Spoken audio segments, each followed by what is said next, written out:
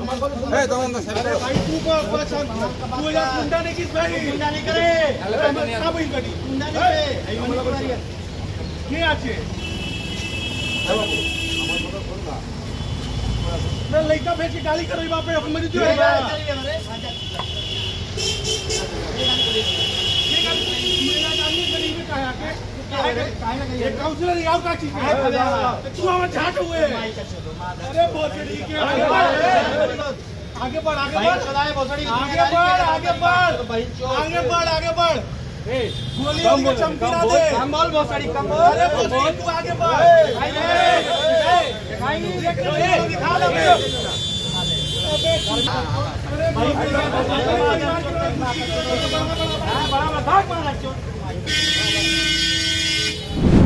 তৃণমূলের গোষ্ঠীদ্বন্দ্ব প্রকাশ্যে ভাটপাড়া পুরসভার 20 নম্বর ওয়ার্ডের বর্তমান কাউন্সিলর অভিমন্যু তেওয়ারির সাথে ভাটপাড়া পৌরসভার এক্স চেয়ারম্যান সৌরভ সিং এর। এই সৌরভ সিং আবার সাংসদ পার্থ ভৌমিকের নির্বাচনী এজেন্ট ছিলেন। এছাড়াও তার আরেকটি পরিচয়ও আছে, তিনি অর্জুন সিং এর ভাইপো। এই সৌরভ সিং এলাকায় এক ব্যবসায়ী যে 10 লক্ষ টাকা ধার দিয়েছিলেন 2020 সালে, আর সেই টাকা চাইবার জন্য লোক পাঠায় সৌরভ এবং ব্যবসায়ীকে ফোনে ফোনে হুমকি দেওয়ার এবং প্রাণে মেরে ফেলারও হুমকি দেয়। এরপর সেখানে চলে আসে বর্তমান কাউন্সিলর অভিমন্যু তিওয়ারি। দুইজনের বাঘ বিতণ্ডায় জড়িয়ে পড়ে। বর্তমান কাউন্সিলরের দাবি সৌরভ সিং তাকে গুলি মেরে দেওয়ার হুমকি দিচ্ছে প্রকাশ্যে। জগদ্দল থানায় একটি এফআইআরও করেন।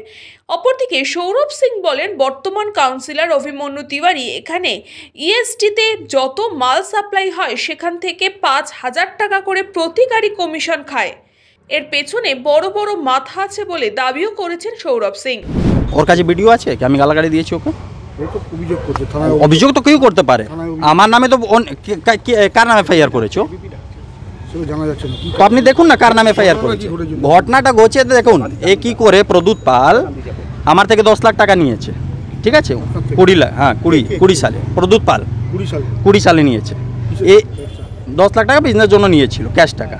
তারপরে কি করেছে, এর সঙ্গে গুলুয়া যে এফআইআর করেছে, এই মামা ভাগনা সম্পর্ক, ডেলি ফাড়িতে এইখানে এসে মদ খায়, সবাইকে খাওয়ায়, এখানে এসে মদ খায় সবাই খাওয়ায়।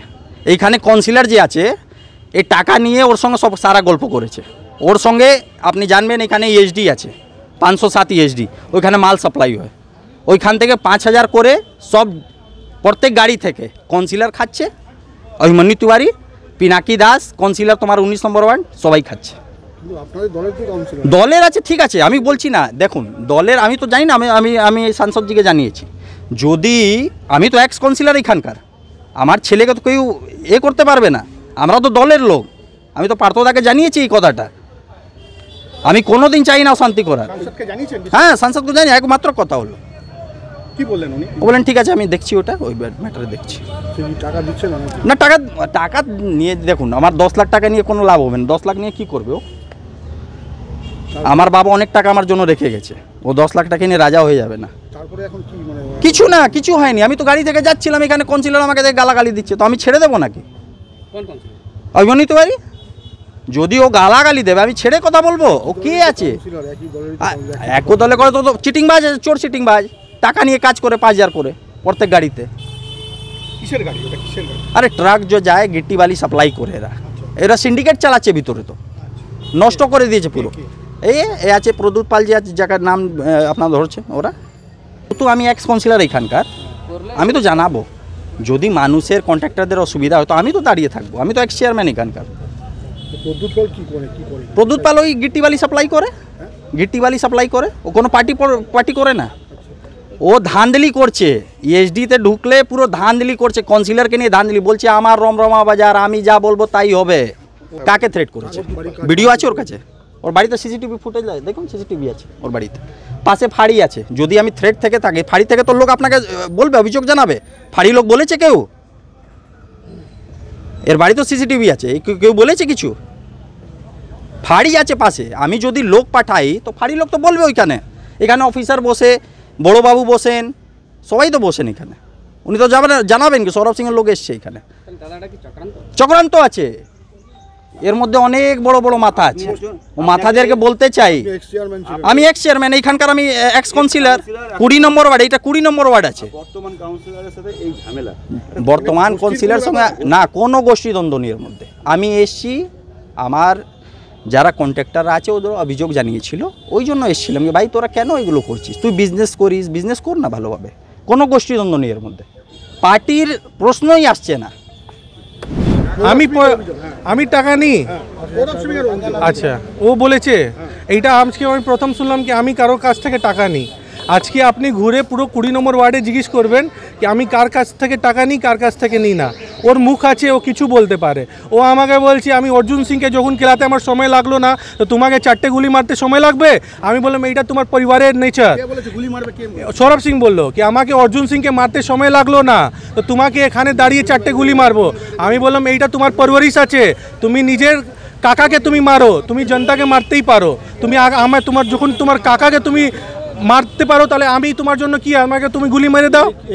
এইটা আমার ওয়ার্ড, আমার ওয়ার্ডে বাসিন্দা হচ্ছে প্রদ্যুৎ ঘোষ আর রাহুল সিং। এরা আমাকে ফোন করে বললো কি আমার বাড়িতে সৌরভ সিং এসে ঝামেলা সৃষ্টি করলো, আমাদেরকে গালাগালি দিল। আমি বললাম ঠিক আছে আমি আসছি। এসে আমি সাইডে দাঁড়িয়েছিলাম, তো আমি বললাম কি কেন গালাগালি দিচ্ছ? তো বলছে কি আমার নামে উল্টো পাল্টা ভিডিও দেবে, তো আমি গালাগালি দেবো না। তো আমি বললাম তুমি সস্তা পেয়ে গেছো, আবার তুমি আতপুর বুকে তুমি ডিস্টারবেন্স স্টার্ট করে দিয়েছো। তো বলছে আমি করেছি। এই তর্কাতর্কি হলে গালাগালি স্টার্ট হলো, ও আমাকে গালাগালি দিচ্ছে, কেউ আমাকে গুলি করে দেবে, 4খানা গুলি মারবে। অর্জুন সিংকে মারতে ওর সময় লাগেনি, তাহলে আমি কি খেতে মরলি? আমি বলে ঠিক আছে মেরে দাও। একই দলের লোক, একই দলের লোক। ও কি দেখুন, ও কি দল করে না দল করে আমিও জানি না, সে কি? আমি সত্যি বলছি জানি না। এটা আমাদের নেতৃত্বের কাছে আমি জানাবো। আমি অলরেডি পার্থভৌমিক আমাদের সাংসদকে ইনফর্ম করেছি, উনি বলেছেন কি উনি দেখছেন ম্যাটারটা। দেখুন ও আজকে আমি বলছি অর্জুন সিং গেছে, সৌরভ সিংকে রেখে গেছে ওই সেম সন্ত্রাস চালানোর জন্য।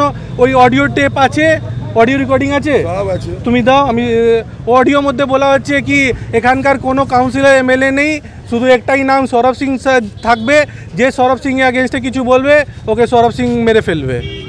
এই ঘটনা প্রকাশ্যে আসার পরই জগদ্দলের বিধায়ক সোমনাথ শ্যাম বলেন ঘটনা ঘটেছে ঠিকই, তবে গুলি মারার কথা প্রসঙ্গে তিনি বলেন এটা বাচ্চার মতন কথা বলেছে, গুলি বোম খুন এরা জানে না, বলতে হয় রাগের মাথায় বলে দিয়েছে।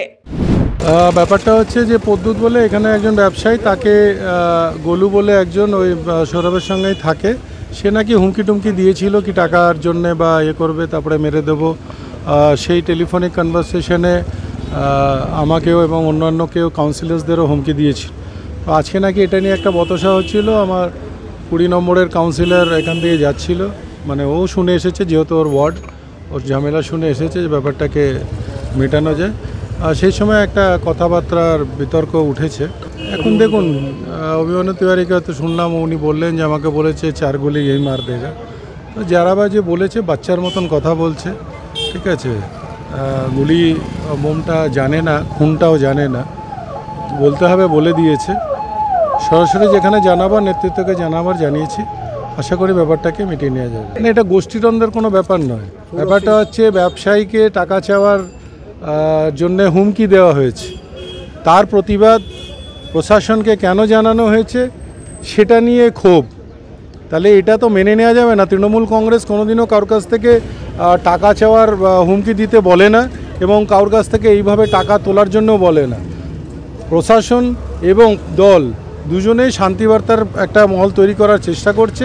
সেই জায়গায় কেউ যদি সেটাকে অশান্ত করার চেষ্টা করে তার উপরে কড়া পদক্ষেপ নেওয়া হবে এবং জগদ্দল বিধানসভা এই ধরনের কোনো কার্যকলাপ আমি একদম করতে দেব না এবং সেটাকে যতভাবে হোক রুখে দাঁড়ানোর চেষ্টা আমি নিশ্চয়ই করব। দলের হোক আর যেই হোক, যেও যদি অশান্তি করার চেষ্টা করে, সেই দলের হয়ে যদি দলের কথা না মনে করে, তো তার বিরুদ্ধেও সেই শাস্তিমূলক ব্যবস্থা নেওয়া হবে। নিশ্চয়ই কথা বলবো সবার সাথে, জানাবো, অপর মহলেও জানাবো ব্যাপারটা। আর অভিমন্যু তিওয়ারিকে যেটা দেওয়া হয়েছে, ও প্রকাশ্যে হুমকি দেওয়া হয়েছে, তাকে আমি বলবো সে একটা এফআইআর করুক, এফআইআর করে রাখুক। যদি তার কোনো প্রাণ সংশয় থাকে সেটা প্রশাসন নিশ্চয়ই দেখবে। আমি পাশে আছি, সব কাউন্সিলরদের পাশে আছি, নেতৃত্বকে জানিয়ে দিয়েছি এবং প্রশাসনকেও জানিয়েছি, যেটা পদক্ষেপ নেওয়া সেটা নেওয়া হবে। কিছু বলার নেই এটা নিয়ে, এটা ছোট মনোবৃত্তির পরিচয় এবং রাজনৈতিক পরিচয় নয় এটা।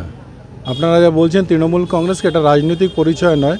যে অশ্লীল ভাষা ব্যবহার করা এবং প্রকাশ্যে কাউকে গুলি করে দেওয়ার এই কথা বলা, এটা কোনো রাজনৈতিক পরিচয় নয়। তাতে বোঝাই যাচ্ছে তাদের ক্রিমিনাল ব্যাকগ্রাউন্ড হবে, তারাই বলেছে। ব্যুরো রিপোর্ট, নিউজ বঙ্গ টাইম।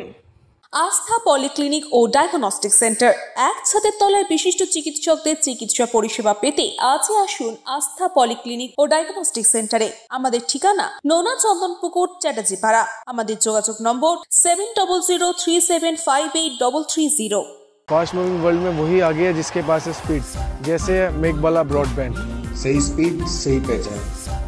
सो अगर कांस्टेंट फास्ट स्पीड चाहिए तो ले आइए Meghbala broadband. New Shatarupa one stop solution for your smart choice. এখানে সকল প্রকার ব্র্যান্ডেড কোম্পানির TV, fridge, mobile, computer, laptop, sound system এবং মোবাইল ও কম্পিউটার অ্যাক্সেসরিজ সঠিক মূল্যে বিক্রয় করা হয়। প্রতিটি কেনাকাটায় আকর্ষণীয় ছাড় এবং নিশ্চিত উপহার। ঠিকানা ইন্দ্রলোক, সোদপুর, কলকাতা 110 এবং মুরাগাছা, সোদপুর, কলকাতা 111।